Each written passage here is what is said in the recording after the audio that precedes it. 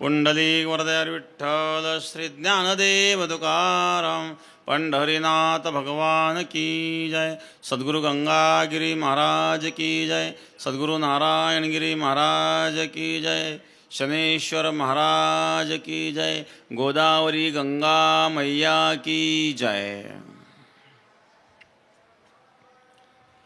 भक्त्या त्वनन्या शक्य अहमेवं विधोर्जुन ज्ञातुं द्रष्टुंच तत्त्वेन प्रवेष्टुंच परन्तप।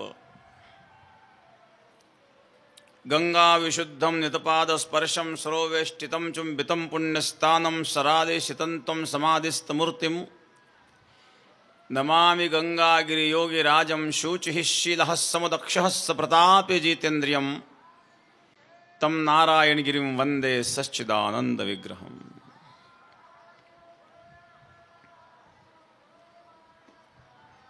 योगराज सद्गुरु गंगागिरी महाराजांच्या कृपेने सद्गुरु श्री नारायणगिरी महाराजांच्या आशीर्वादाने असणारा 178वा अखंड हरिनाम सप्ताह श्री क्षेत्र देवगाव शनी चेंडूफळ बाजाठाण हमरापूर आवलगाव कमलपूर भामाठाण सप्तकृषी आणि परिसरातील सर्व गावं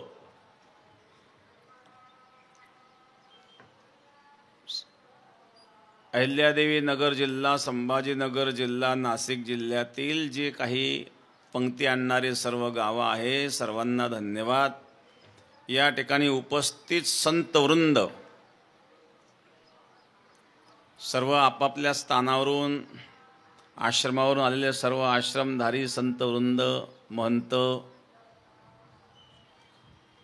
योगराज सद्गुरु गंगागिरी महाराजांच्या या सप्ताहाला आपण भेट दिली। चरणस्पर्श आपला सप्ताह स्थानावर झाल्याबद्दल निश्चित गंगागिरी महाराज भक्त मंडळाच्या वतीने गंगागिरी महाराज सप्ताह समितीच्या वतीने सद्गुरु गंगागिरी महाराज संस्थांच्या वतीने सर्व संतांना साधुवाद।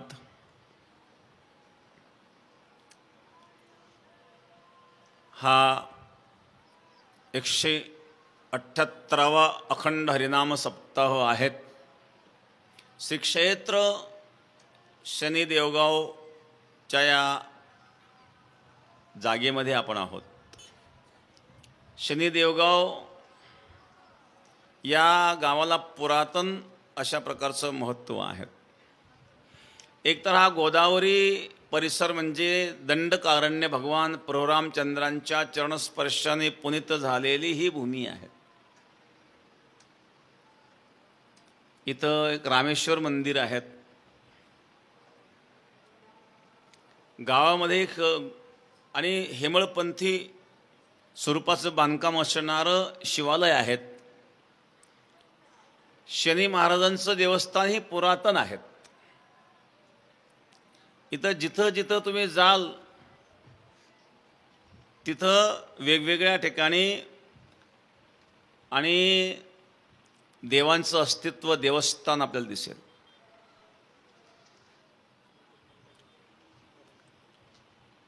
आणि हे जे स्थान आहेत याच्या पलीकडच्या बाजूने महानुभावांचं मोठं स्थान आहे। त्याचप्रमाणे शीख संप्रदायाचं गुरुग्रंथ साहेब त्या ठिकाणी गुरुद्वाराही आहेत। भगवान प्रभुरामचंद्रांच्या या पदस्पर्शाने पुनीत झालेली ही भूमी आहे।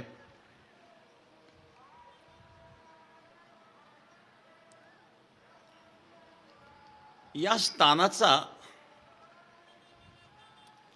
स्वामी विद्यारण्य सरस्वतींशी संबंध आहे बरं का। एकदा सहज संध्याकाळची वेळ होती आणि आम्ही बेटामध्ये दर्शनाला गेलो। महाराजांकडे सहज बसलो होतो। महाराजांनी एक प्रश्न मला विचारला होता गुरुहरी नारायणगिरी महाराजांनी की या ठिकाणी गोदावरीमध्ये काही असे खड्डे आहेत म्हणले, रांजणासारखे केलेले आहे का म्हणले।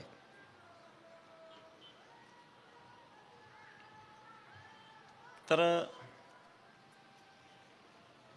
आता तेवढी तर काही कल्पना नव्हती, परंतु इथं एक प्रकार घडला होता त्यावेळेला। असंच एक खड्डं होतं आणि कोणीतरी महिला तिथं कपडे धुण्याकरता गेली आणि ती लहान लहान मुलं खेळत खेळत गेली आणि त्या खड्ड्यात पडून मृत्यू झाला होता. का लहान मुलं तिथं काही पोहता येत नव्हतं. असे काही खड्डे त्या ठिकाणी आहेत. मग मी महाराजांना सांगितलं की पूर्वी अशा प्रकारे काही दिवसापूर्वी असा एक खड्डा त्या ठिकाणी सापडला होता की तिथं ती एक माता कपडे धुण्याकरता आली आणि तिची लहान लहान मुलं खेळत होते आणि खेळता खेळता ते मुलं, पाणी कमी होतं पण पुढे गेल्यानंतर त्या खड्ड्यात गेलेत. तिथं एक खड्डं आहेत, बाकीचे काही माहीत नाही. महाराज म्हणजे बरेच आहेत तिथं. आणि मग मी सहज महाराजांना विचारलं तर त्यावेळेला महाराजांनी सांगितलं इथं स्वामी विद्यारण्य सरस्वतींनी सुद्धा वास्तव्य केलेलं आहेत आणि त्यांनी ते पाण्याकरता केलेले खड्डे होते असं गुरुवर्य नारायणगिरी महाराजांनी त्यावेळेला सांगितलं होतं. आणि कदाचित तो इतिहास महाराज सांगणार होते, परंतु अचानक त्यावेळेला आरतीची वेळ झाली, मंदिरात घंटा वाजायला सुरुवात झाली. महाराज म्हणजे नंतर भेटू म्हणले, आता आरती सुरू व्हायला लागली. त्यानंतर परत काही त्या प्रसंगाच्या चर्चेचा योग आला नाही. परंतु गुरुवर्य महाराजांनी इथं स्वामी विद्यारण्यांचा संबंध जो आहे तो सांगितलेला होता.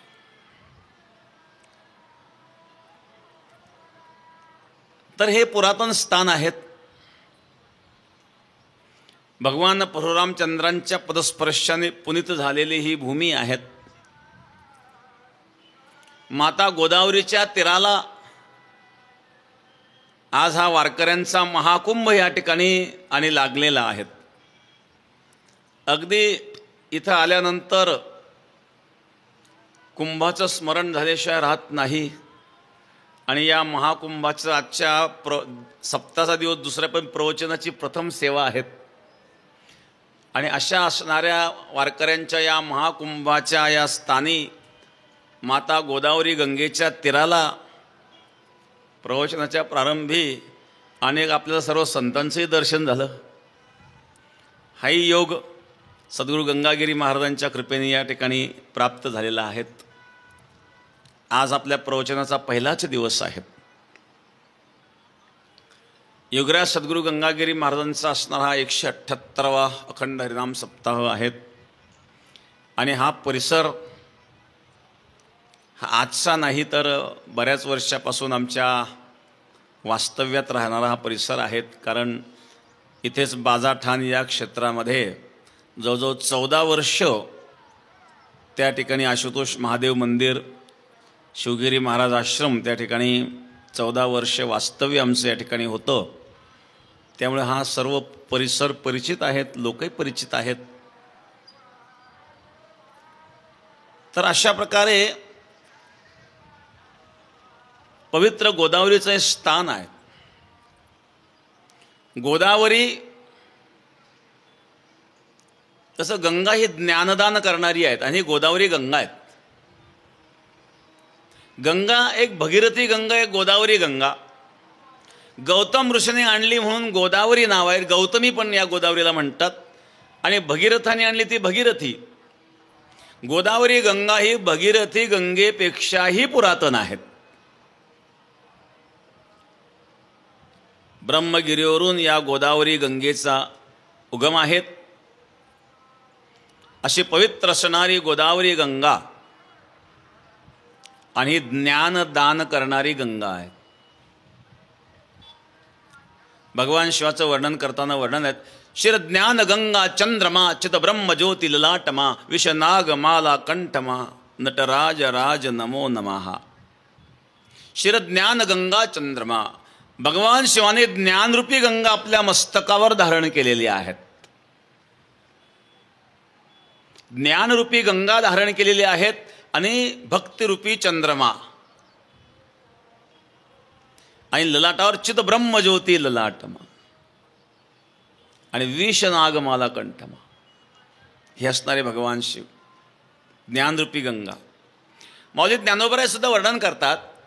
ज्ञान गोदावरीचे तिरी स्नान केले पांचाळेश्वरी, ज्ञानदेवाचे अंतरी दत्तात्रय योगी. या भगवान दत्तात्रयांचं वर्णन करताना ज्ञान गोदावरीचे तिरी. गो म्हणजे ज्ञान, दा म्हणजे देणे, वरी म्हणजे वरदान. ज्ञानदानाचं वरदान देणारी गोदावरी आहे. म्हणून माऊली सांगतात ज्ञान गोदावरीचे तिरी. या ज्ञानरूपी गोदावरीच्या तीराला आपण आज या ठिकाणी ज्ञानदानाचं, ज्ञानश्रवणाचं कार्य करीत आहोत. दान अनेक आहेत. गोदान आहेत, भूदान आहेत, सुवर्णदान आहेत, अन्नदान आहेत, दक्षिणादान आहेत, रक्तदान आहेत, मतदान आहेत.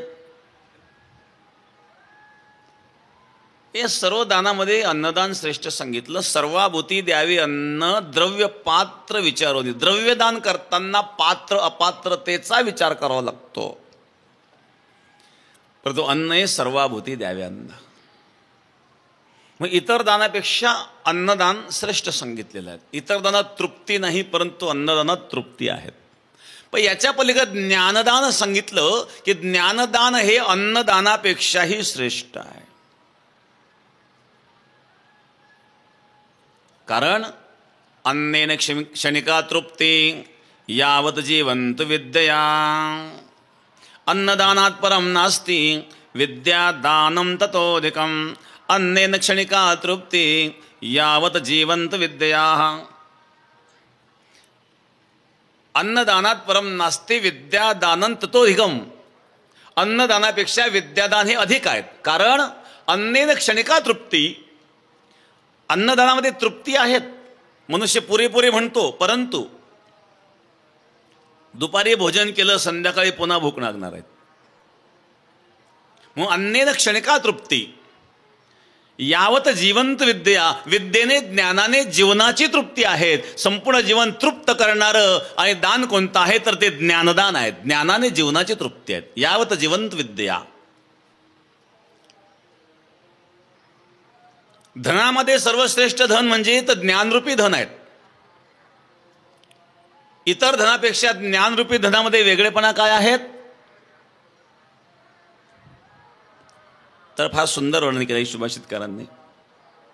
न चोरहर्यम न च राजहर्यम न भातृभाज्यम न च भारकार्ये व्ययकृते वर्धते व नित्यं विद्याधनं सर्वधनं प्रधानं.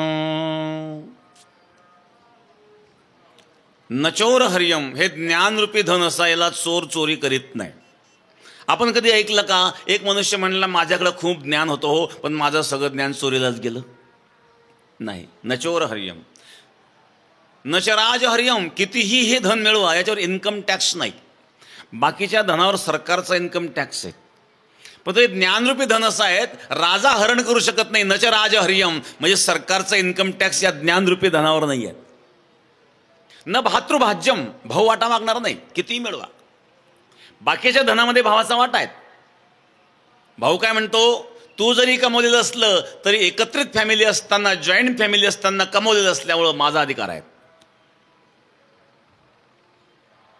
पण ज्ञानरूपी धन भाऊ वाटा मागणार नाही. भाऊ म्हणणार नाही तुझं MA पर्यंत शिक्षण झालं ना, त्यातलं BA पर्यंत मला देऊन टाक, असं भाऊ म्हणत नाही. न भातृभाज्यम. नच भार कार्य. सांभाळताना त्रास होत नाही. बाकीचं धन सांभाळायचं म्हटल्यानंतर भय आहेत. पहिलं भय चोराचं, पैशावाल्याला चोराचं भय. चोराचं नसेल तर पोराचं भय. पोरं काय नीट खाऊ देतात काय बापाला?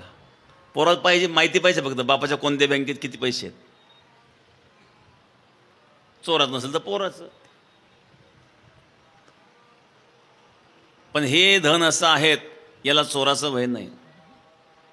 हे सांभाळताना त्रास होत नाही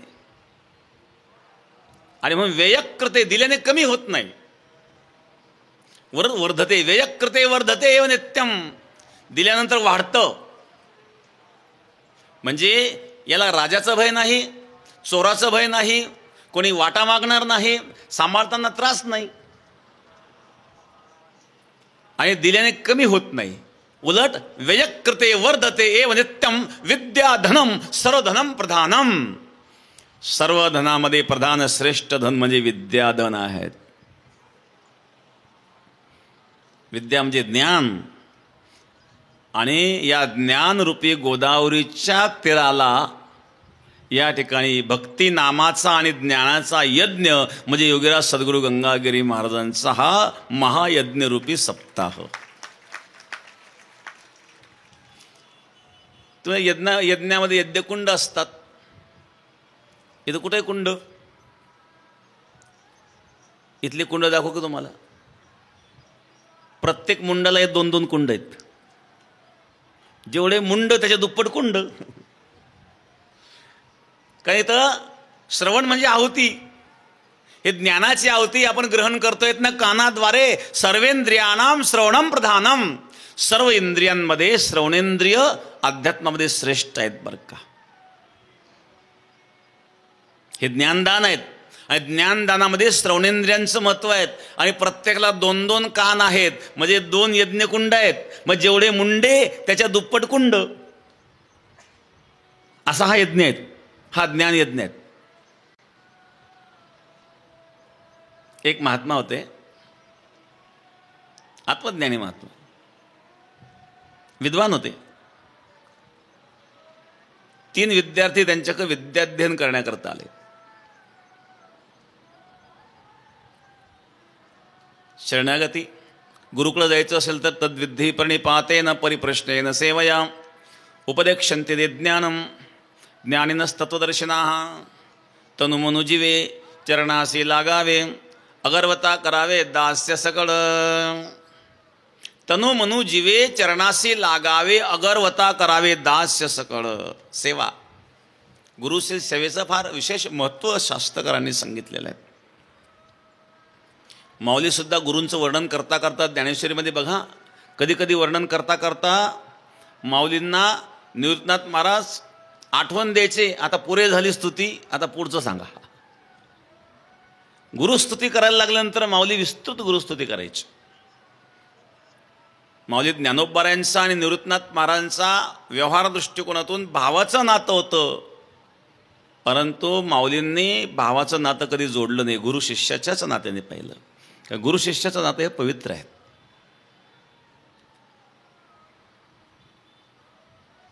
मज हृदय सद्गुरु जेणे तारिल हा संसार पुरो मनोन विशेष अत्यादरू विवेकावरी. माऊली वर्णन करतात. सद्गुरूंना मी माझ्या हृदयात धारण करतो.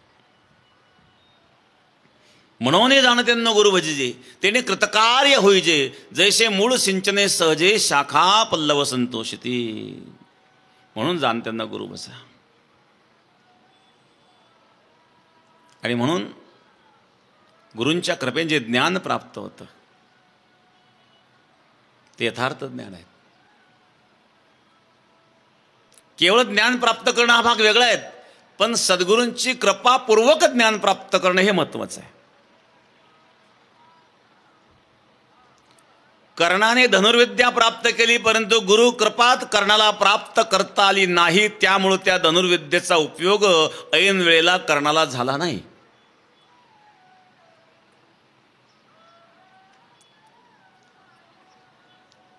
गुरुकृपेचं हे महत्व आहे. गुरुकृपा निर्मळ भागीरथी शांती क्षमा यमुना सरस्वती ऐसी पदे एकत्र जेते होते स्वानुभव स्थान हे आत्मस्थिती. झाली संध्या संदेह माझा गेला आत्मा राम हृदय प्रगटला. सद्गुरूंच्या कृपेने ही अवस्था झाली महाराज. परंतु गुरु जरी अधिकारी असले तरी शिष्य सुद्धा ते ज्ञान धारण करण्याची क्षमतावान असावा. धारणा क्षमता शिष्याची असावी.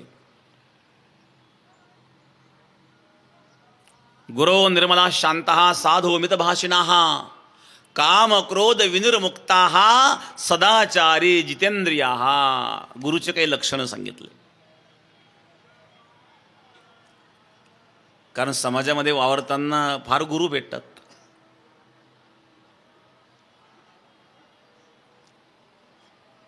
काही ज्या महाराजाकडं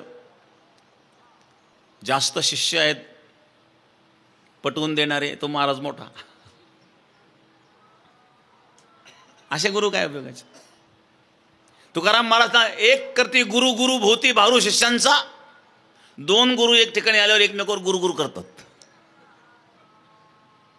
तुकाराम महाराज सांगतात, एक करती गुरु गुरु, हा त्याच्यावर गुरु गुरु करतो, तो याच्यावर गुरु गुरु करतो. भोवती भारू शिष्यांचा, हा म्हणतो माझे शिष्य इतके, तो म्हणतो माझे शिष्य तितके. याला गुरु म्हणतात का?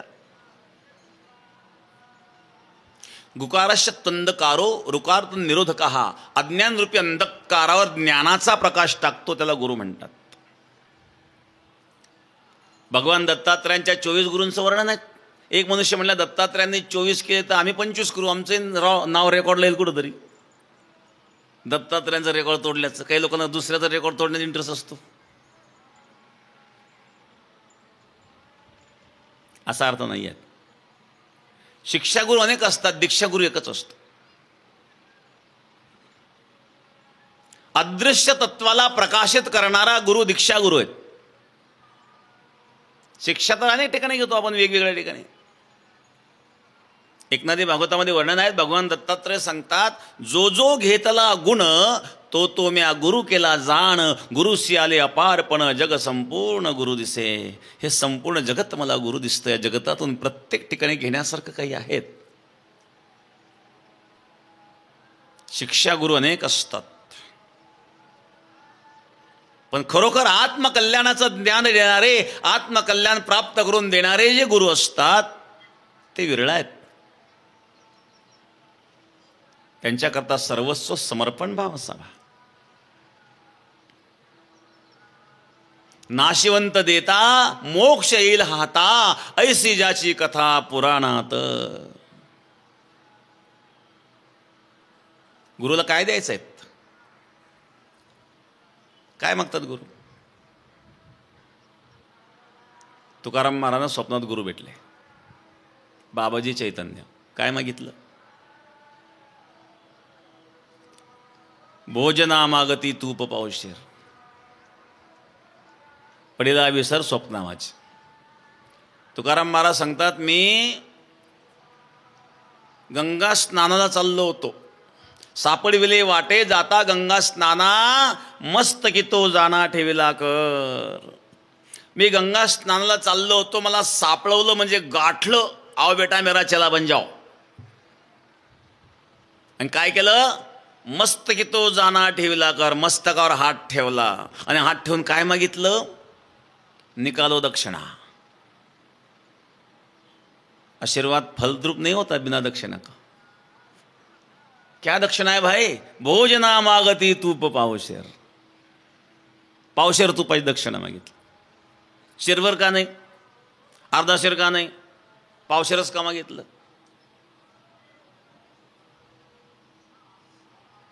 या पावशेर तुपामध्ये काहीतरी विशेष आहे.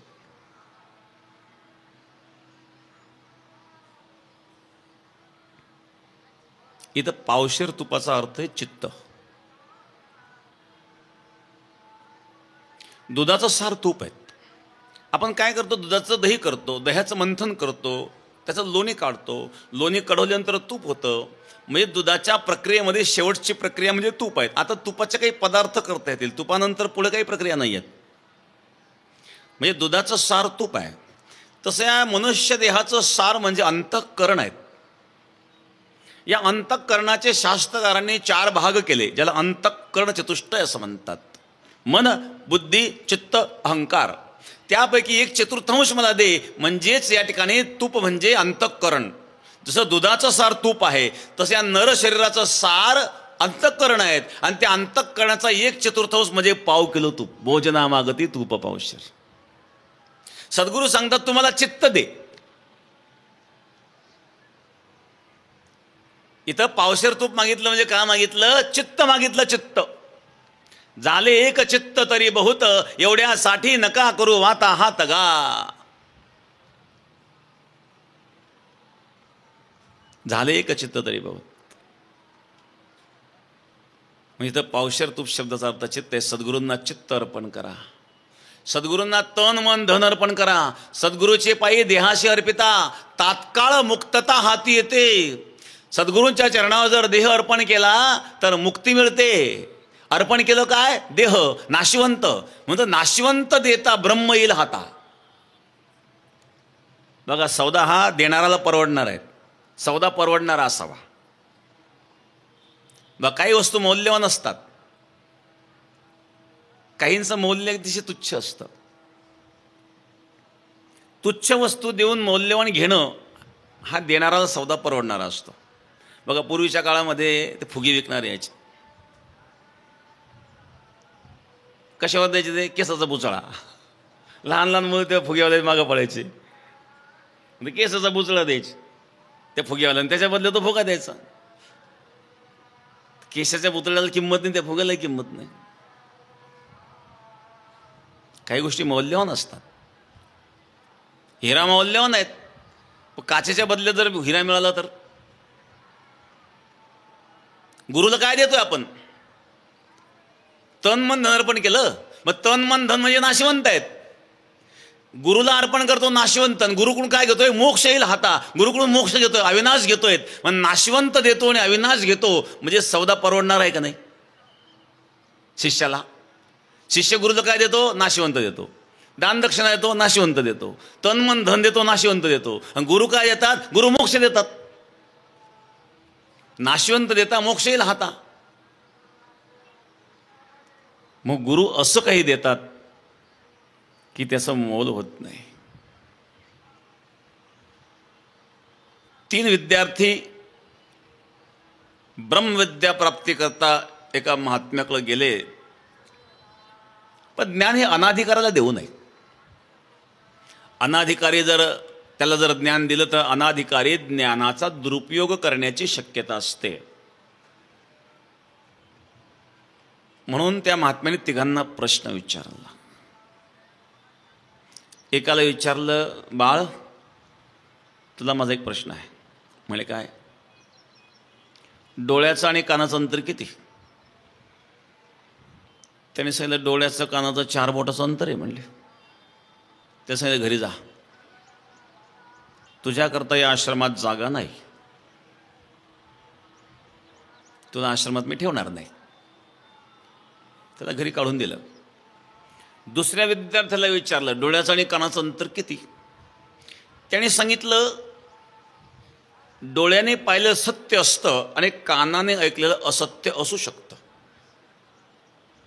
हे डोळ्याचं आणि कानाचं अंतर आहे. कधी कधी कानाला खोट्या बातम्या ऐकायला येतात, पण जे प्रत्यक्ष डोळ्याने पाहिलेलं आहे त्याला खोटं म्हणता येणार नाही. त्याने उदाहरण सांगितलं. महाभारतामध्ये कौरव पांडवांचं युद्ध चालू असताना भीमाने अश्वत्थामा नावाचा एक हत्ती मारला आणि भीम मोठ्या मोठ्याने ओरडला, अश्वत्थामा मेला, अश्वत्थामा मेला, अश्वत्थामा मी मारला, माझ्या हाताने मारला. हे शब्द द्रोणाचार्यांनी ऐकल्यानंतर द्रोणाचार्यांना वाटलं, अश्वत्थामा म्हणजे आपला मुलगा मेला का काय? इतरांवर तर विश्वास नाही, धर्मराज खोटं बोलणार नाही, म्हणून द्रोणाचार्यांनी धर्मराजाला विचारलं, अरे धर्मा, खरंच द्रोणाचार्य मेला का? धर्मराज म्हणले, हो, परंतु नरवाकुंजरो हा शब्द त्यांनी वापरला. भगवंताची लीला बघा. नर शब्दोच्चार जेव्हा धर्मराजाने केला, तो शब्द द्रोणाचार्यांनी ऐकला आणि कुंजर शब्द उच्चारताना मात्र भगवान कृष्णाने शंख वाजवला. ही भगवंताची लीला आहे. भगवंताने तेवढ्या वेळात शंख वाजवल्यामुळं कुंजर हा शब्द द्रोणाचार्यांच्या कानावर आला नाही, फक्त नर एवढा शब्द त्यांनी ऐकला. कदाचित कुंजर शब्द ऐकण्यात आला असता तर मग संशय निर्माण झाला असता. पण ही भगवंताची लीला आहे. खेळ तो येण्याची खेळावा. आणि त्याचा परिणाम द्रोणाचार्यांना वाटला, आपला मुलगाच गेला, आता युद्धाला काय महत्व आहे. द्रोणाचार्य ध्यान मुद्रेमध्ये बसले असताना भगवंताने दृष्टद्युम्नाला खुणवलं आणि दृष्टद्युम्नाने द्रोणाचार्यांचा शिरच्छेद केला. ते म्हणले, महाराज, कानाने धोका दिला. अश्वत्थामा नावाचा द्रोणाचार्यांचा पुत्र मेलेला नव्हता, अश्वत्थामा नावाचा हत्ती मेलेला होता. हे कानाने ऐकल्यामुळं, प्रत्यक्ष डोळे न पाहिल्यामुळं द्रोणाचार्यांचा गैरसमज झाला की अश्वत्थामा म्हणजे आपला मुलगाच मेला, म्हणून कानाने धोका दिला. पण माझं मत असं आहे की जे प्रत्यक्ष डोळ्याने पाहिलेलं आहे ते सत्य असतं,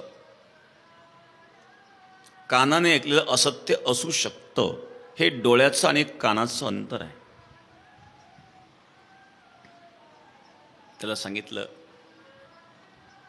आश्रमामध्ये राहा, सेवा कर, सेवेतून तुला अधिकार प्राप्त होईल. सेवेने चित्तशुद्धीचं फल मिळतं आणि चित्तशुद्ध झाल्याशिवाय ज्ञान धारण करण्याची क्षमता निर्माण होत नाही.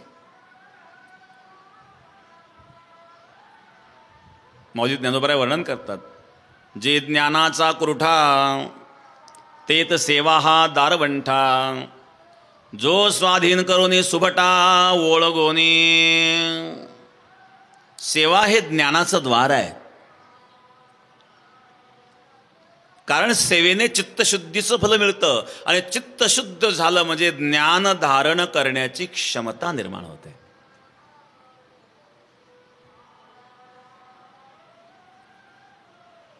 तुकोबाराय सांगतात, वांझे न होती लेकुरे, काय करावे भ्रतारे.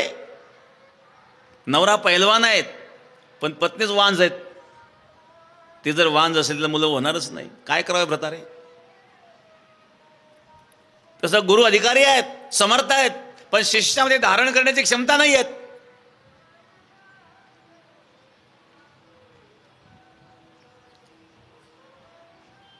लोखंडाला परिसाचा स्पर्श झाला तर लोखंडाचं सोनं होतं, हे जरी खरं असेल तरी ते लोखंड तरी पाहिजे ना. खापरा परिस काय करी. परिसाचा स्पर्श खापराला केला, परिस काय करणार आहेत. तसं सद्गुरू रूपी परिस आहेत, परंतु कमीत कमी लोखंडाच्या अधिकाराचे तरी आपण असले पाहिजे.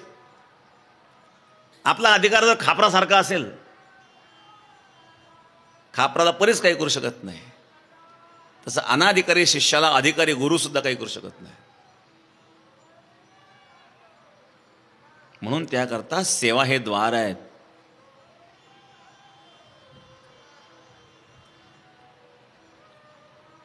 सांगितलं आश्रमात राहा, सेवा कर, आणि सेवा करून जेव्हा तुझे चित्त शुद्ध झाल्याचं कळेल त्यावेळेला तुला मी ब्रह्मज्ञान सांगेल. तोपर्यंत आश्रमात राहा.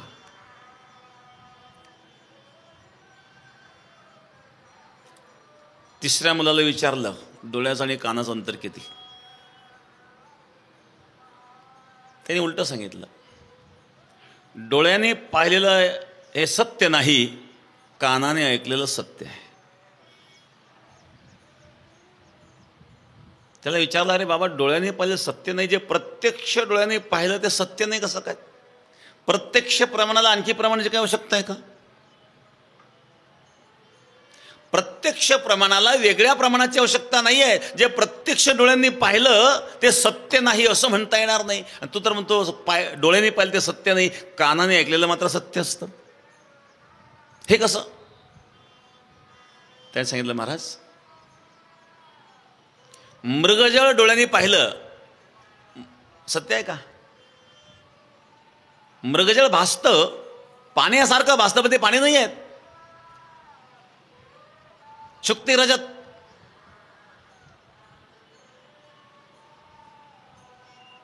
शिंपल्यावर मोत्याचा भास होतो.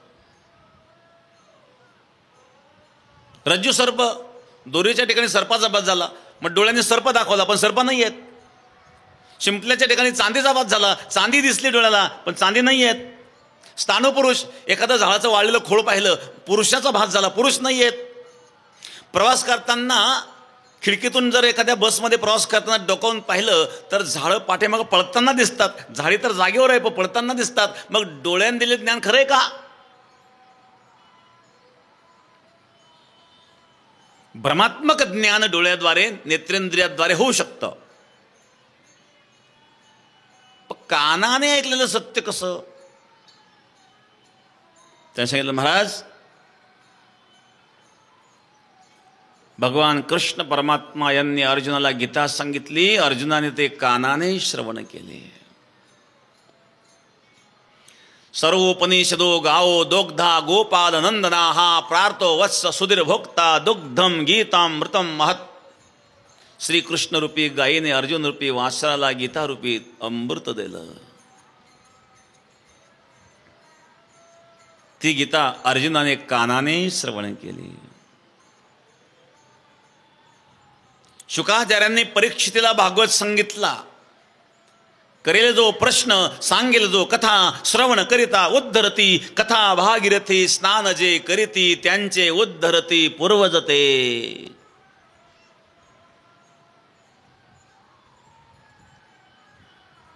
शुकाचार्यांनी भागवत कथा सांगितली, परीक्षितीने कानाने श्रवण केली, परीक्षितीचा उद्धार झाला.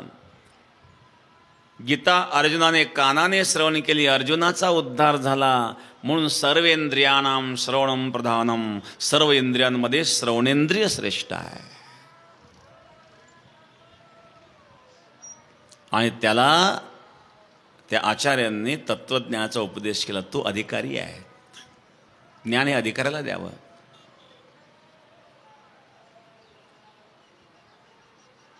म्हणून ज्ञान धारण करण्याची क्षमता असावी. ज्ञानमार्गामध्ये हे विशेष आहे. भक्तीचा अधिकारी वेगळा आहे. श्लोक घेतलेला आहे आपण सेवेकरता 11व्या अध्यायातला 54वा श्लोक आहे. भगवद्गीतेच्या 11व्या अध्यायातला 54वा श्लोक. भक्त्या त्वनन्यया शक्य अहमेवं विधोर्जुन ज्ञातुं द्रष्टुंच तत्वेन प्रविष्टुंच परम तप. भक्त्या त्वनन्यया, अनन्य भावाने केलेली भक्ती, निष्काम भक्ती. या भक्तीद्वारे काय शक्य म्हणजे संभव. हे अर्जुन, अहम एवं विदुर्जुन. अर्जुन एक, अनन्य भावाने जर तू भक्ती केली तर तुला काय संभव आहेत. ज्ञातृम द्रष्टुंच तत्वेन प्रविष्टुंच परंतप. ज्ञातुम म्हणजे जाणणे, द्रष्टुम म्हणजे पाहणे, प्रविष्टुम म्हणजे प्राप्त करणे. अनन्य भक्तीने तू मला जाणू शकतोस, अनन्य भक्तीने तू मला पाहू शकतोस आणि अनन्य भक्तीने तू मला प्राप्त करू शकतोस. या 3 गोष्टी या श्लोकामध्ये भगवंतांनी सांगितलं. ज्ञातृम द्रष्टुंच तत्वेन प्रविष्टुंच परंतपः. परंतपः हे परम तपस्वी अर्जुना, भक्त्या तू अनन्या श्रेष्ठ शक्य. भक्त्या तू अनन्या शक्य. माझी अनन्य भावाने निस्वार्थ भावाने जर तू भक्ती केली तर माझ्या वास्तविक स्वरूपाला तू जाणू शकतो, तू मला पाहू शकतो आणि मला प्राप्त करू शकतो.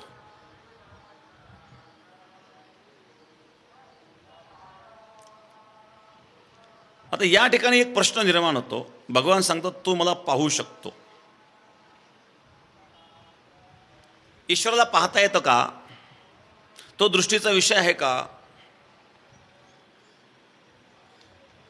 तुकोबाऱ्या सांगतात, मन वाचातीत तुझे हे स्वरूप, मन वाचातीत तुझे हे स्वरूप, म्हणून या मापे भक्ती केली, भक्तीची या मापे मोजितो अनंता, भक्तीची या मापे मोजितो अनंता. मन वाचा अतीत तुझे हे स्वरूप. मनाच्या आणि वाचेच्या जो पलीकडा आहेत, जो वाणीचा विषय नाही आहे, जो मनाचा विषय नाही आहे, जो बुद्धीचा विषय नाही आहे, जो कुठल्याही प्रत्यक्ष अनुमान उपमान आदी प्रमाणाने सिद्ध न होणार आहेत, तो डोळ्यांनी दिसेल का?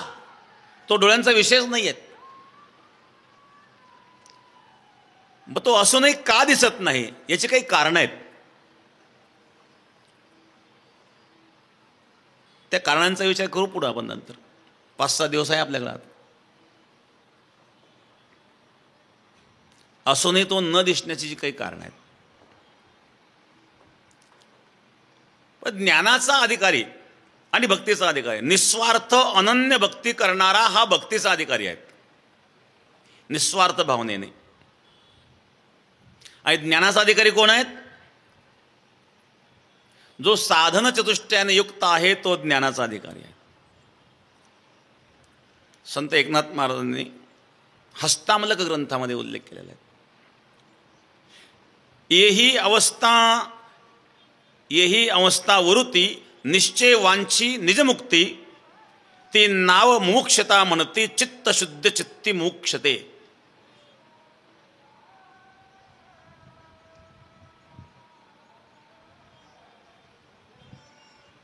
नित्यानित्य विवेक उत्पत्ती, या अमूत्र फलभोग विरक्ती, शमदमादी संपत्ती अढळ चित्ती दृढ होवावी.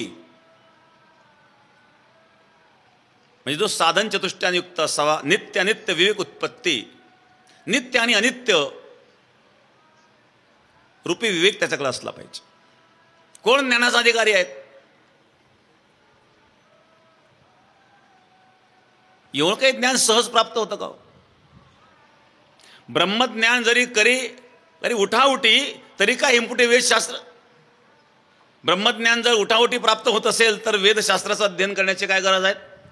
याजसाठी जप, याजसाठी तप, व्यासही अमुप ग्रंथ केले, जप तप अनुष्ठान करण्याची काय गरज आहे? ब्रह्मज्ञान जर ताबडतोब कळत असेल तर. ज्ञानाला अधिकारी पाहिजे. कुणी ज्ञानाचा अधिकारी नाही आहेत. ज्ञान बोलणारे फार आहेत. तोंडाने जगत मिथ्या बोलणं फार सोपं आहे. मौली वर्णन करतात, हे समस्त श्री वासुदेवो ऐसा प्रतिती रसाचा ओतला भावो, मनोनी भक्ता माझी राहो ज्ञानीय तोची. अशी प्रतिती प्रत्येकाला नाही आहेत. विवेक पाहिजे, वैराग्य पाहिजे. वैराग्याशिवाय ज्ञान टिकत नाही.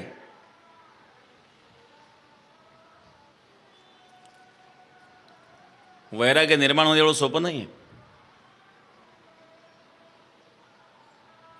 संस्कार लागतात. अनंत जन्मे संस्कार असतात. या संस्काराचे 10 प्रकार सांगितले.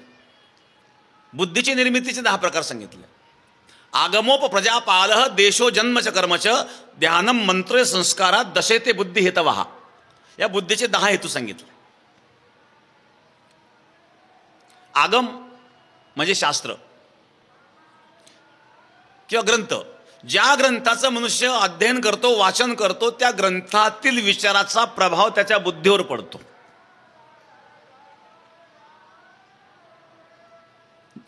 ज्या विचाराच्या व्यक्तीच्या, ज्या लेखकाच्या विचाराचा ग्रंथ आपण वाचतो, त्या लेखकाच्या सुद्धा विचाराचा आपल्या बुद्धीवर परिणाम होतो. आपह म्हणजे मात्या पित्यांच्या शुक्र रजातून देखील काही संस्कार आपल्या बुद्धीमध्ये आलेले असतात. तसे अनुवंशिक काही रोग असतात, अनुवंशिक काही संस्कार असतात. म्हणजे आपल्या पूर्वजांमधून काही संस्कार आपल्यात आलेले आहेत. प्रजा म्हणजे समाज. ज्या समाजामध्ये आपण वावरतो त्या समाजाचा सुद्धा प्रभाव आपल्या बुद्धीवर असतो. प्रजा. पालह, जिथं आपलं पालन पोषण होतं तोही प्रभाव आपल्या बुद्धीवर झालेला असतो. देश म्हणजे स्थान, ज्या स्थानावर आपण वास्तव्य करतो त्या स्थानाचे संस्कार देखील आपल्या बुद्धीवर झालेले असतात. जन्म, जन्माचे संस्कार आपल्या बुद्धीवर झालेले असतात. कर्म, कर्माचे संस्कार बुद्धीवर झालेले असतात. मंत्र, इथं मंत्र मतृ धातूपासून मंत्र शब्द निर्माण होतो. इथं मंत्र शब्दाचा अर्थ गुप्तता, गुप्त सल्ला देणारे. सल्लागाराचा सुद्धा विचारावर परिणाम होतो. आणि संस्कार हे पूर्वजन्मीचे संस्कार, काही आपले पूर्वजन्मीचे संस्कार आहेत. हे सगळे संस्कार मिळून बुद्धी निर्माण होते. दशे येते बुद्धी हेतवहा. वैराग्य एवढं सोपं नाही आहेत. वैराग्याच्या गोष्टी बोलणं सोपं आहेत. वैराग्यावर चर्चा करणं सोपं आहेत. विवेक वैराग्य, क्षमादे षटक, क्षम दम श्रद्धा उपरम तितिक्षा समाधान, या सगळ्या व्याख्या मी सांगत बसत नाही, कारण समोर बसले काही वैराग्यवान नाही आहेत. पण माहिती म्हणून सांगतो एवढं. तुम्हाला जर वैराग्य निर्माण होत असेल तर सांगता येईल वाटल्यास. पण सप्ताह संपला की असंच भेटत निघायचं. किती लोक तयार आहेत? कोणीच हातवर घरी ना पहा बरं का, घरी जाऊ देणार नाही. पुन्हा गेला आत खाली.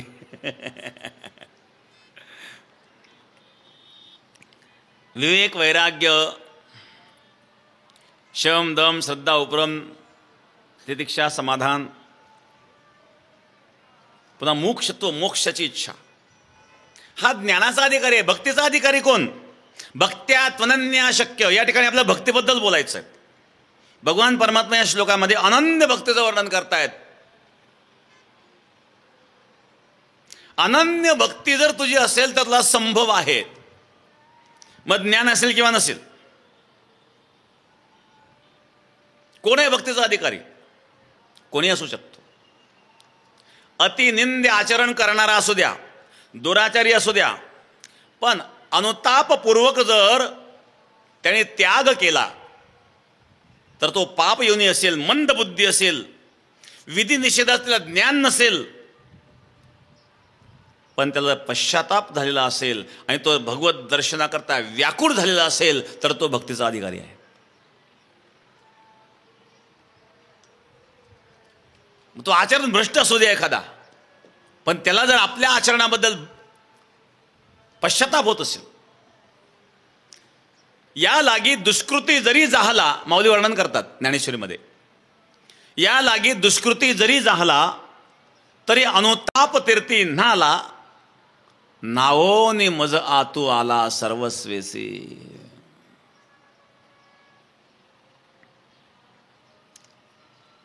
असू द्या दुष्कृत्य, पण अनुताप तीर्थी न्हाला, त्याला जर पश्चाताप झाला आणि त्याच्यावर जर एखाद्या संतांची कृपा झाली तर त्याच्या जीवनामध्ये परिवर्तन होत असतं. महाराज अनेक उदाहरणं सांगतायत. वाल्मिकाचं उदाहरण आपल्या समोर आहेत. वाल्याचा वाल्मिक झाला. नारदाची आणि वाल्याची भेट झाली. नारदांनी राम नामाचा जप करण्याचा उपदेश केला आणि राम नामाने वाल्याचा वाल्मिक झाला. जो वाल्मिक राम नामाने तरला, जो वाल्या राम नामाने तरला, कदाचित त्यावेळेला नारदाऐवजी जर रामाची आणि वाल्याची भेट झाली असती तर वाल्याचा वाल्मिक झाला नसता. मग रामाने काय केलं असतं? दुर्जनाशी संहारी. रामाने वाल्याचा वाल्मिक केला नसता तर वाल्याला काय केलं असतं? दुर्जनाशी संहारी. वाल्याचा संहार केला असता, नाश केला असता. संत आणि भगवंत यांच्यामध्ये हा फरक आहे. भगवंतापेक्षाही संतांचं श्रेष्ठत्व आहे. का? तर भगवंताचं कार्य आहे भक्ता राखे पायापाशी दुर्जनाशी संहारी. भगवंताच्या अवताराचे 3 प्रयोजन आहेत. एक आहे परित्राणाय साधूनाम, भक्ताचं रक्षण. दुसरे विनाशायच दुष्कृताम, दृष्टाचा नाश. आणि तिसरे धर्म संस्थापनार्थ आहे, धर्माची संस्थापना. भगवंताच्या अवतारामध्ये 3 प्रयोजन आहेत. भक्ताचं रक्षण, दृष्टाचा नाश आणि धर्माची संस्थापना. संतही धर्माची संस्थापना करतात. धर्माचे पालन करणे पाठखांड खंडन, हेच आम्हा करणे काम, ब्रीद वाढवावे नाम. तुकोबाऱ्या सांगतात धर्माचं पालन आणि पाखंडाचं खंडन आमचे कार्य आहेत, पण कार्यपद्धती वेगळी आहेत. संत दृष्टातला दृष्टपणा नाहीसा करतात आणि ईश्वर मात्र दृष्टालाच नाहीसा करतो. संत आणि भगवंत दोघांची कार्यप्रणालीमध्ये हा भेद आहे. वाल्याला नारदाची भेट झाली म्हणून वाल्याचा वाल्मिक झाला. ज्या राम नामाने वाल्या तरला त्या रामाची आणि वाल्याची भेट झाली असती तर रामाने वाल्याचा वाल्मिक केला नसता, तर वाल्याचा शिरच्छेद केला असता, वाल्याला ठार मारलं असतं. पण भेट नारदाची झाली. बघा सत्संगाचं काय महत्व आहे. सत्संग नसेल तर प्रत्यक्ष भगवान भेटला तरी उपयोग नाही. याच गीतेच्या 11व्या अध्यायामध्ये भगवंताने अर्जुनाला विश्वरूप दाखवलं.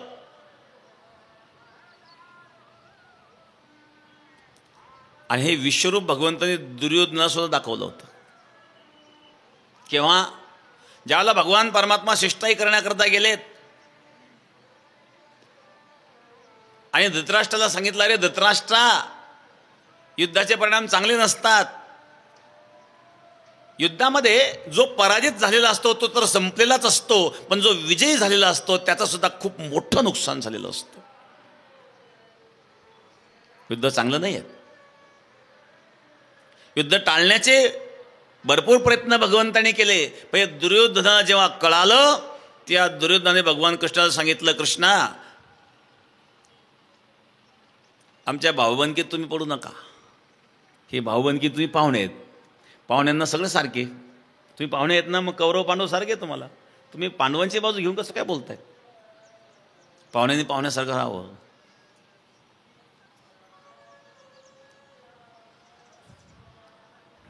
आणि शेवटी या दुर्योधनाने भगवंताला बांधण्याचा प्रयत्न केला आणि भगवंताने त्यावेळेला विश्वरूप धारण केलं. दुर्योधन भयभीत झाला. मग दुर्योधनाला देखील विश्वरूपाचं दर्शन झालं आणि अर्जुनाला देखील विश्वरूपाचं दर्शन झालं. पण त्या विश्वरूपाच्या दर्शनाचा लाभ अर्जुनाला झाला, दुर्योधनाला नाही.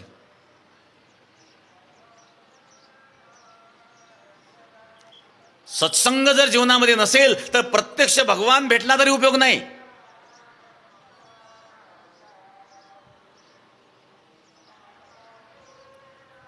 वाल्याच्या जीवनामध्ये नारदांचा सत्संग लाभला म्हणून वाल्याचा वाल्मिक झाला. कदाचित प्रत्यक्ष राम भेटला असता तरी वाल्याचा वाल्मिक झाला नसता.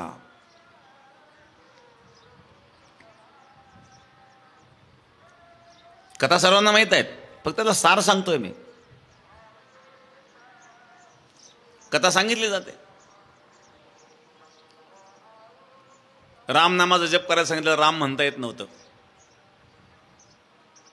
तो मरा मरा म्हणायचं. त्याला राम म्हणता येत नव्हतं, मरा म्हणता येत होतं. एकाने प्रश्न विचारला, महाराज मला इथं शंका आहे, राम म्हटलं काय मरा म्हटलं काय? हे दोन अक्षर आलेच का नाही? राम शब्दामध्ये रा आणि म दोन्ही शब्द आले आणि मरा शब्दामध्ये म आणि रा दोन्ही शब्द आले. जो राम म्हणू शकतो तो मरा म्हणू शकतो, जो मरा म्हणू शकतो तो राम म्हणू शकतो.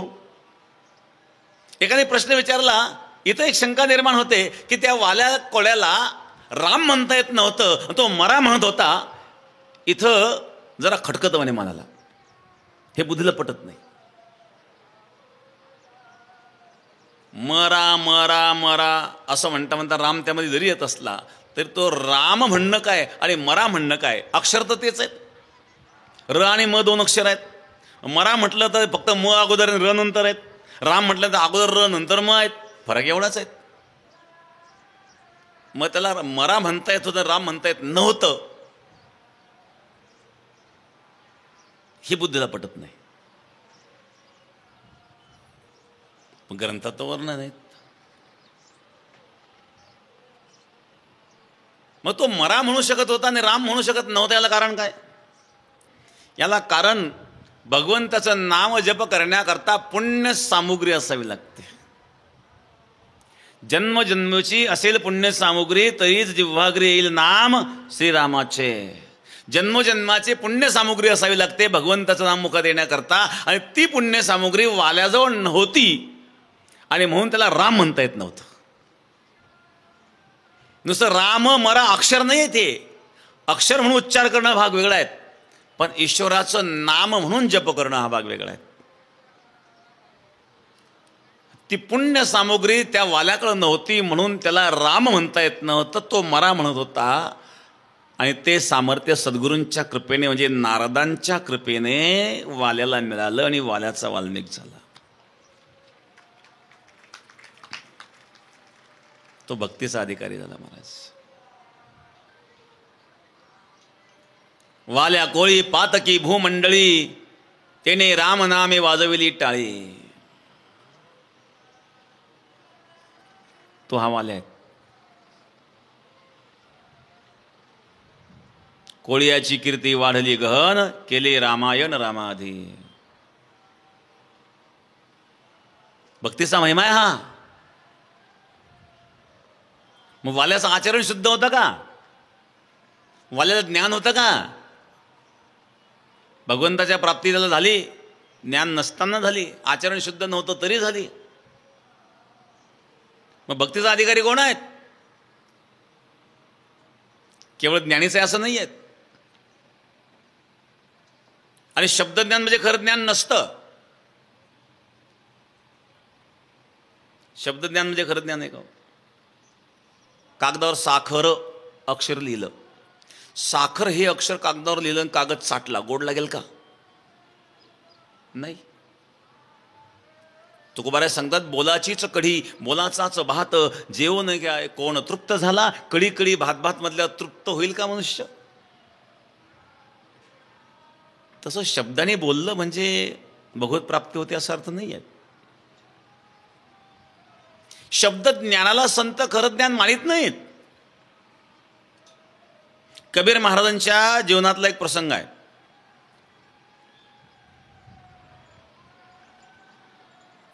एक विद्वान काशीच्या विश्वविद्यालयामध्ये त्याने सर्वजय शास्त्री पदवी मिळवली. घरी आला, आईला सांगितलं, हे बघ सर्टिफिकेट, विश्वविद्यालयाचं सर्टिफिकेट आहेत, सर्वजय शास्त्री मला पदवी मिळालेली आहेत.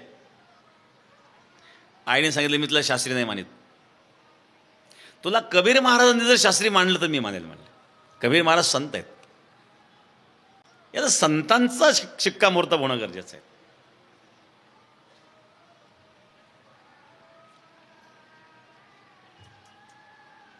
ठीक आहे. मी गेला कबीर महाराजाकडे. कबीर महाराज, मला तुमची शास्त्रार्थ करायचं. कबीर महाराज, शास्त्रार्थ? मी कधी शास्त्र उचकूनच पाहिले नाहीत. शास्त्रार्थ काय करतो तुझ्याकडं? मी कधी शास्त्र वाचले नाही, कधी अभ्यासले नाही. मग तसं लिहून द्या, मी हारलो म्हणून. एकतर माझ्याशी शास्त्रार्थ करा, नाहीतर मी हरलो म्हणून लिहून द्या. कबीर महाराज म्हणले, मला काही लिहिता येत नाही, लिहि तुझ्या हाताने. त्याने घेतलं एक कागद, त्या कागदावर लिहिलं, सर्वजय शास्त्री जिंकले, कबीर महाराज हरले. करा म्हणले महाराज सही. महाराज म्हणले, लावा शाही, टेकवला अंगठा. मला काही लिहिता येत नाही म्हणले. ती चिठ्ठी हातात घेतली, घरी गेला आईला दाखवायला. आईला चिठ्ठी दाखवण्याच्या अगोदर दारात त्याने वाचून पाहिली. त्या चिठ्ठीवर होतं, कबीर महाराज जिंकले, सर्वजय शास्त्री हरले. अरे हे कसं काय झालं म्हणले. तो परत गेला, म्हणले, महाराज हे असं कसं काय झालं? तू तो हाताने लिहिलंय, मला काय माहिती कसं झालं ते. परत दुसरी चिठ्ठी लिहिली, परत दुसरी चिठ्ठी लिहिली, सर्वजय शास्त्री जिंकले, कबीर महाराज हरले असं चिठ्ठीत लिहिलं. परत अंगठा टेकवला, परत घरी गेला, परत दारात वाचून पाहतो, परत तसंच. सर्वजय शास्त्री हरले, कबीर महाराज जिंकले. परत कबीर महाराजकडे आला, मस्तक ठेंगणा करी संतांच्या चरणा.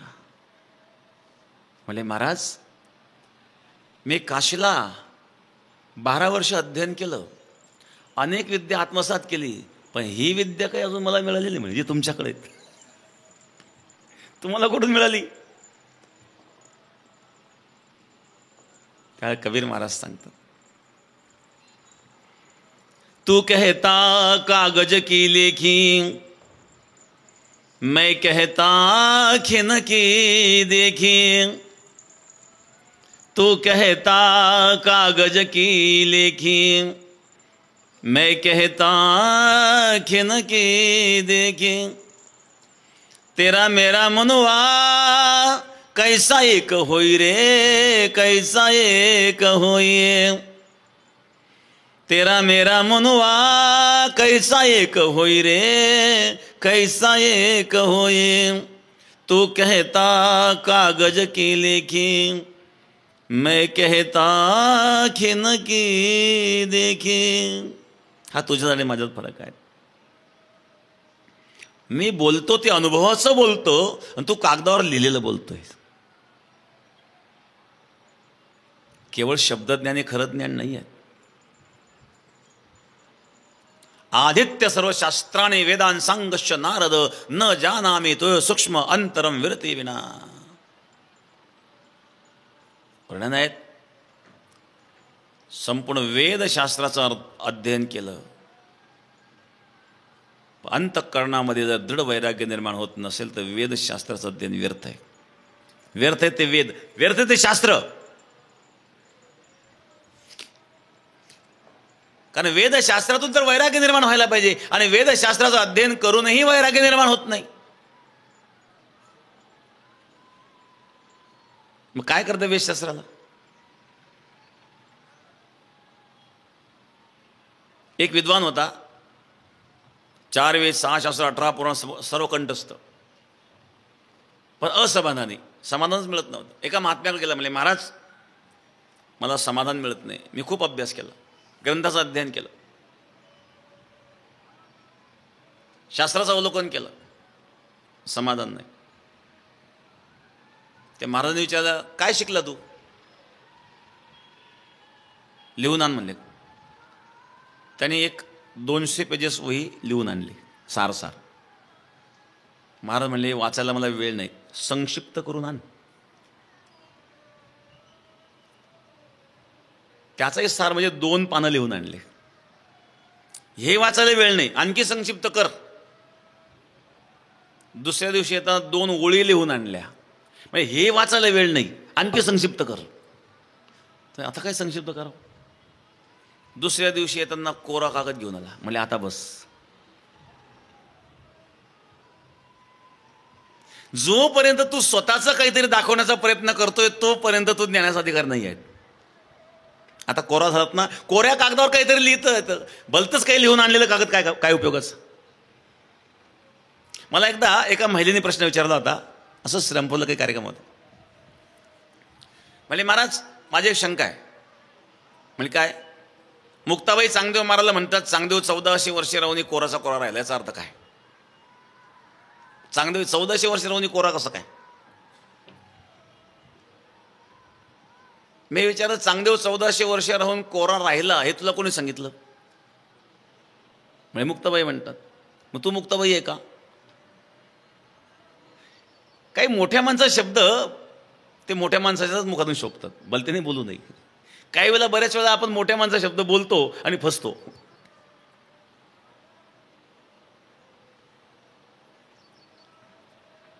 मुक्ताबाईचे शब्द आहेत, तो मुक्ताबाईचा अधिकार आहे. कोरा म्हणजे काय? चांगदेव महाराज कोरे होते का? चांगदेव महाराजांच्या चरित्रामध्ये ज्या ज्या विद्या चांगदेव महाराजांनी ज्या ज्या गुरुकडून संपादन केल्या, त्या गुरुला शेवटी म्हणावं लागलं, आता माझी विद्या संपली, आता दुसरीकडे जा. ज्या ज्या विद्या ज्या ज्या गुरुकडून घेतले त्यांनी, त्या गुरुला सांगावं लागलं, माझी विद्या संपली. मग कोरा म्हणजे काय? इथं कोरा शब्दाचा अर्थ आहे निष्पाप. चांगदेव महाराज 1400 वर्ष जगले, पण पापाला शिवले नाही म्हणून कोरे आहेत.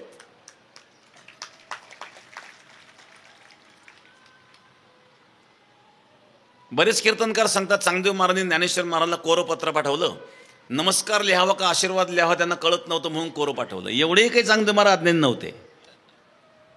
नमस्कार लिहावा का आशीर्वाद लिहावा एवढं कळत नव्हतं का?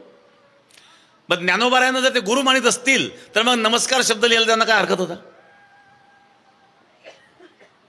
असा अर्थ नाही आहे. मग कोरं पत्र पाठवण्याचं कारण काय? कोरं पत्र पाठवण्याचं कारण आहे की माझं अंतःकरण कोरं आहे, म्हणजे शुद्ध आहेत, मी अजून पापाला शिवलो नाहीये. चांगदेव महाराज 1400 वर्ष जगले, याचा अर्थ त्यांना जगण्याची हौस होती असं नाही आहे.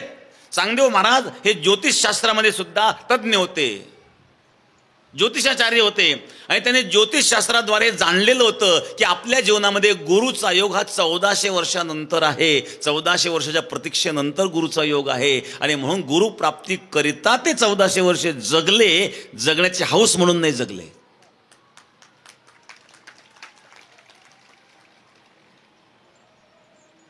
सद्गुरूची प्राप्ती किती कठीण असते हे चांगदेव महाराजांच्या तपस्येतून समजावं. चंद्रामृत सुखे सेववेल, असता जाता रवी धरवेल, बाह्या हेळा सागर तरवेल, परी त्या साधूची भेटी न होईल का. चंद्रामृत सेवन करता येईल, अस्ताला जाणार रवी धरता येईल. चकोर पक्षी चंद्रातला अमृत प्राशन करतो. चंद्रामृते तृप्ती पारणे चकोरा भ्रमरासी चारा सुगंधाचा. चंद्राचं अमृत योगी प्राप्त करतो. चंद्रामृत आपल्या शरीरामध्ये ब्रह्मरंध्राच्या ठिकाणी चंद्रामृत आहेत आणि ते चंद्रामृत प्राप्त करण्याची योगामध्ये एक प्रक्रिया आहे ज्याला आपण खिचरी मुद्रा म्हणतो. योगशास्त्रामध्ये खिचरी मुद्रेचं वर्णन आहे.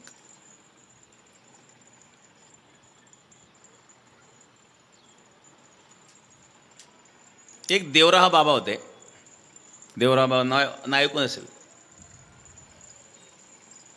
त्यांच्या दर्शनात सर्व राजकीय लोक जायचे. अगदी अटल बिहारी वाजपेयी, इंदिरा गांधी, राजीव गांधी हे सर्व त्यांच्या दर्शनात जायचे. ते असं एक मासवा केलं आणि त्याच्यावर बसायचे ते. आणि दर्शन कशाने द्यायचे ते? हाताने नाही, पायाने. आशीर्वाद पायाने द्यायचे. ज्याला आशीर्वाद द्यायचे डोक्यावर पाय ठेवायचे. एकदा एका पत्रकाराने त्याला विचारलं, महाराज बाकीचे साधू हात मस्तके तो जाऊन ठेवला कर, मस्तकावर हात ठेवून आशीर्वाद देतात, तुम्ही पाय ठेवून आशीर्वाद देतात, हे तुमची कोणती पद्धत आहे? त्यांनी त्या पत्रकाराला विचारलं, तुम्ही साधूच्या पायावर मस्तक ठेवता का हातावर ठेवतात? म्हणले पायावर.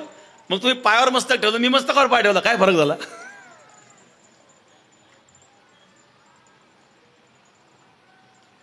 त्याने सांगितलं,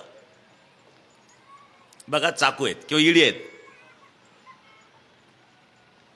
फळ आहे एखादं समजा, आपण डांगर समजू. डांगर जर इडीवर पडलं काय होईल? कापले जाणार ना. डांगर इडीवर पडलं तरी ते कापले जाणार आहेत आणि इडी डांगरावर पडली तरी ते कापले जाणार आहेत. तसं तुम्ही पायावर डोकं ठेवलं काय आणि डोक्यावर पाय ठेवलं काय, अर्थ एकच. आशीर्वादाशी मतलब ना. ते देवराह बाबा 250 वर्ष जगले.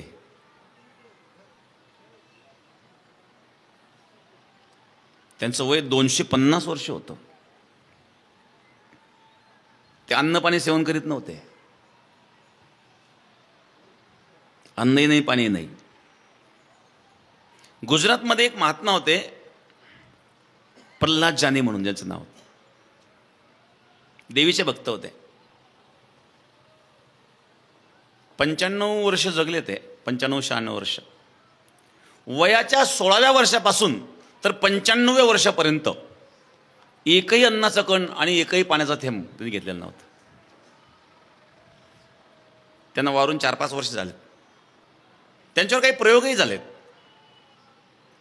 काही अंधश्रद्धा निर्मूलनवाल्यांनी त्यांच्यावर आक्षेप घेतलेत. हॉस्पिटलमध्ये त्यांना 15-15 दिवस कॅमेऱ्याच्या निगराणीमध्ये ठेवलं. काही विज्ञानाच्या हातात लागलं नाही. हे आश्चर्यच मोठ्या मोठ्या डॉक्टरांना सुद्धा आलं की हा मनुष्य जगतो कसा, हे कुठल्याही डॉक्टरला सांगता आलं नाही. वयाच्या 16व्या वर्षापासून तर 95व्या वर्षापर्यंत एकही अन्नाचा कण आणि पाण्याचा बंद घेतलेला नाही.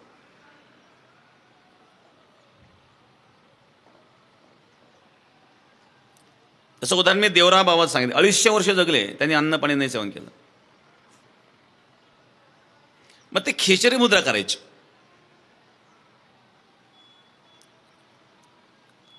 खिचरी मुद्रा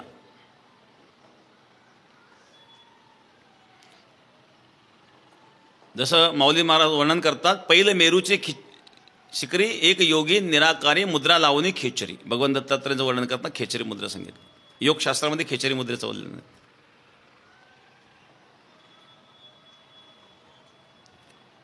या खेचरी मुद्रेद्वारे काय होतं, जे जीभ आहेत ही उलटी करून आपल्या टाळूच्या छिद्रात घातली जाते. छेदन क्रिया आणि दोहन क्रिया दोन प्रक्रिया खेचरी मुद्रेमध्ये असतात. आपल्या जिभेच्या खाली जी शीर आहेत ती 8-8 दिवसाला केस आहेत की कापले जाते, त्याला छेदन क्रिया म्हणतात. प्रत्येक 8 दिवसाला ती केस आहेत की कापायची, जिभेच्या खालची शीर. प्रयोग करून पाहू नका, फक्त माहिती म्हणून सांगतोय.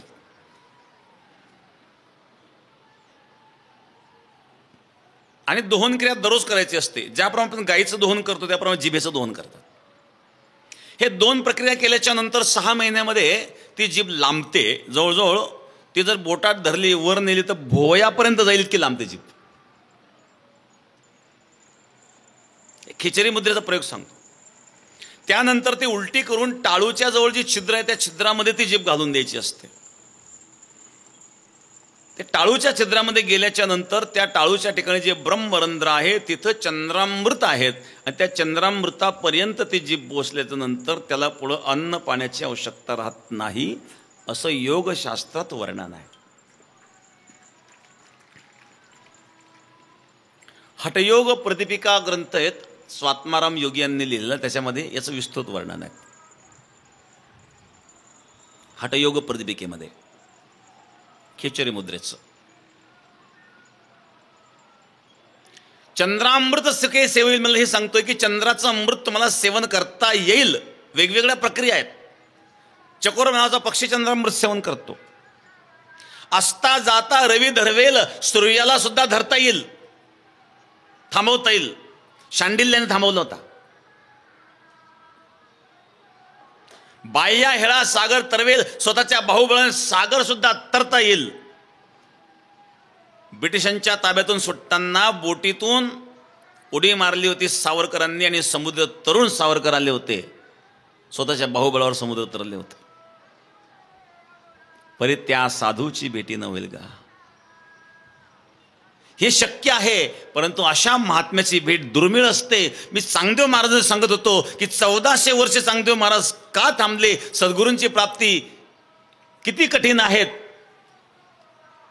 किती तपस्या करावी लागते. चांगदेव महाराज 1400 वर्ष राहिले, पण कोरे राहिले. कोरा याचा अर्थ शुद्ध, पापाला शिवले नाही. म्हणून तर ज्ञानोबरायांनी त्यांचा स्वीकार केला महाराज.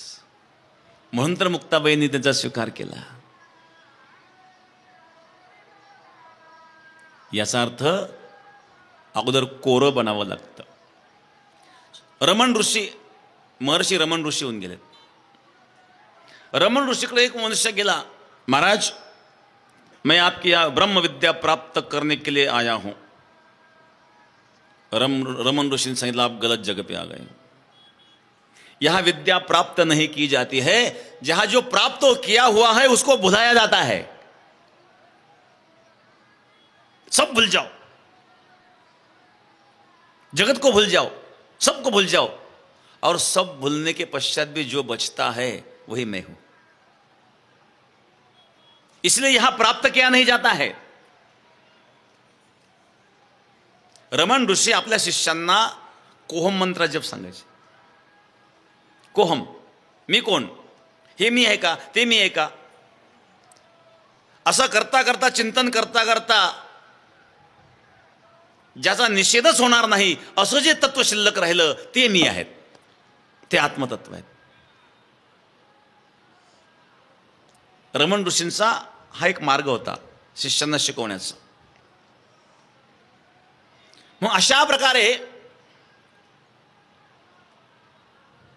सद्गुरूंची भेट किती दुर्मिळ आहे. अशा संतांच्या भेटीने वाल्याचा वाल्मिक होऊ शकतो. मग वाल्या आचरण शुद्ध नव्हता, पण जरी आचरण भ्रष्ट असला तरी पण पश्चाताप झाला त्याला. या लागे दुष्कृती जरी झाला तरी अनुताप तीर्थे न्हाला, न्हावो निमज आत्वाला सर्वस्वसी. अनुताप तीर्थे न्हाला, अनुताप झाला तीव्र, त्याला अशा प्रकारे पश्चाताप झाला. या अनुताप रूपी अग्नीमध्ये सर्व पाप जळून भस्म झालं.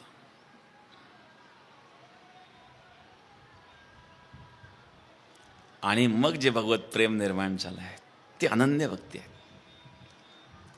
भक्त्या त्वनन्य अशक्य. अर्जुन, अनन्य भक्त्या तू, निस्वार्थ असणारी जी भक्ती आहे हे संभव आहे. निस्वार्थ भक्ती संभव आहे. आणि अशी जर अनन्य भावने तू भक्ती केली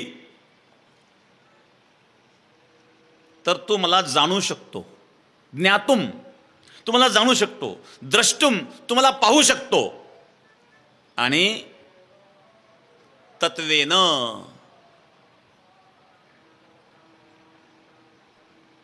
ज्ञातुम द्रष्टुम तत्वेन प्रविष्टुम च परंतप. तुम्हाला पाहू शकतो, तुम्हाला जाणू शकतो, तुम्हाला पाहू शकतो आणि तुम्हाला प्राप्त करू शकतो. हे कशाने शक्य आहे? अनन्य भक्तीने शक्य आहे. मग ज्ञानाने, ज्ञान आणि भक्ती या दोघांमध्ये काय फरक आहे? फार फरक आहे.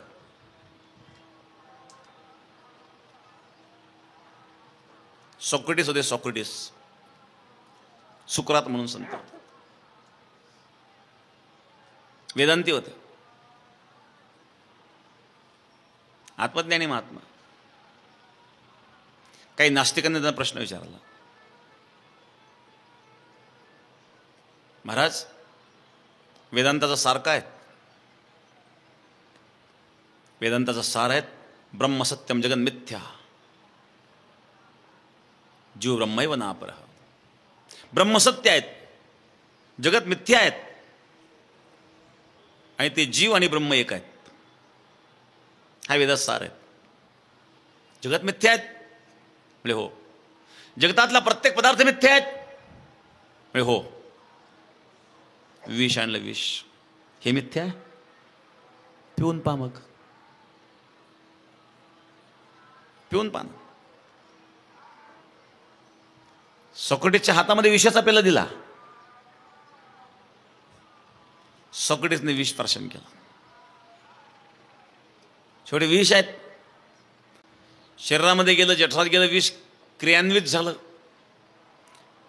अतिशय विषारी जालिम असं ते विष होतं, आणि त्या विषाने सॉक्रेटिसचा मृत्यू झाला.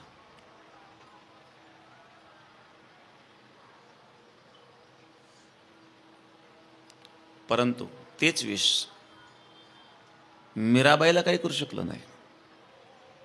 विष का प्याला राणाजीने भेजा, पिबत पिबत मेरा हासी. हसत हसत मीराबाईने विष प्राशन केलं. देव राखे तया मारिल कोण, न मुळे काटा हिंडता वन. न जळे न बुडे नोहे काही, विष तेही अमृत पाही. विषाचं अमृत करण्याचं सामर्थ्य भगवंताच्या भक्तीत आहे.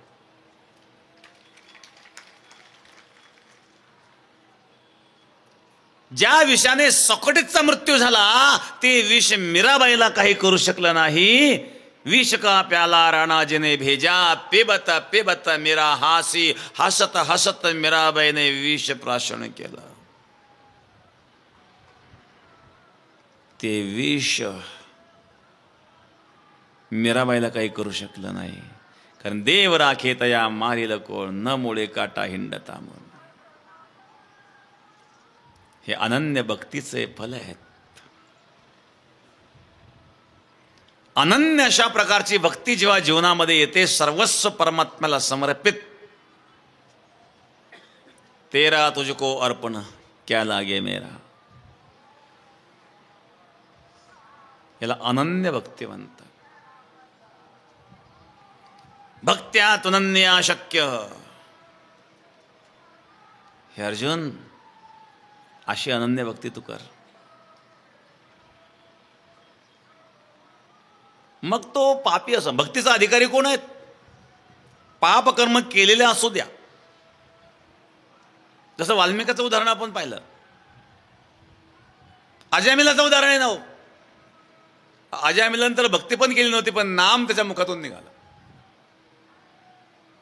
नारायण पुत्राचे आलोभे नष्ट म्हणे नारायण, त्यासाठी विमान पाठविले.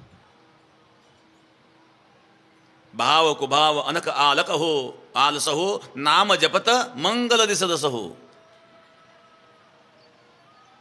शेतकरी बघा पेरणी करतात. पेरणी करताना ते बी उलटं पडलं का सोयीचं पडलं पाहत नाही, तो फक्त बी पडलं पाहिजे.